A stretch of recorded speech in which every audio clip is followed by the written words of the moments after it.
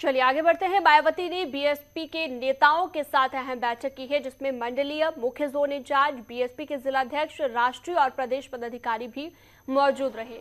निकाय चुनाव को लेकर ये बैठक काफी महत्वपूर्ण बताई जा रही है, जिसमें तय हुआ कि बीएसपी सिंबल पर नगर निकाय चुनाव लड़ेगी। बैठक में मायावती ने कहा कि सर्व समाज में पार्टी का जनाधार बढ़ाना है, बीएसपी को बीजेपी का सार्थक विकल्प बनना है, इसलिए बीएसपी के नेता ईमानदारी से काम करें। देश में महंगाई चरम पर है, लेकिन बीजेपी महंगाई से ध्यान भटकाने के लिए दूसरे मुद्दों को उठा रही है।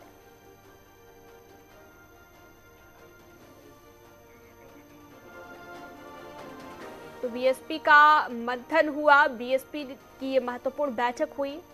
मायावती ने ये बैठक ली। पार्टी सिंबल पर बीएसपी नगर निकाय चुनाव लड़ेगी, ये इस बैठक में तय किया गया।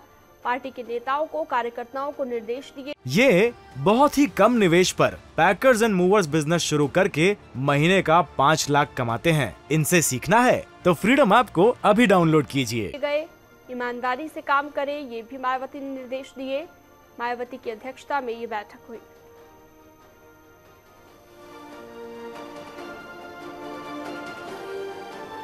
चलिए आगे बढ़ते हैं। मायावती ने बीएसपी के नेताओं के साथ अहम बैठक की है, जिसमें मंडलीय, मुख्य जोन इंचार्ज, बीएसपी के जिलाध्यक्ष, राष्ट्रीय और प्रदेश पदाधिकारी भी मौजूद रहे।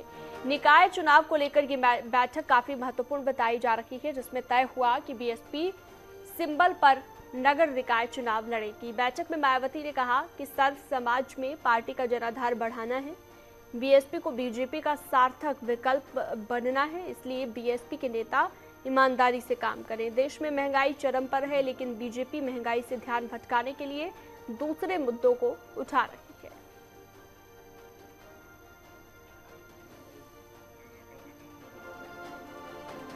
तो बीएसपी का मंथन हुआ, बीएसपी की ये महत्वपूर्ण बैठक हुई।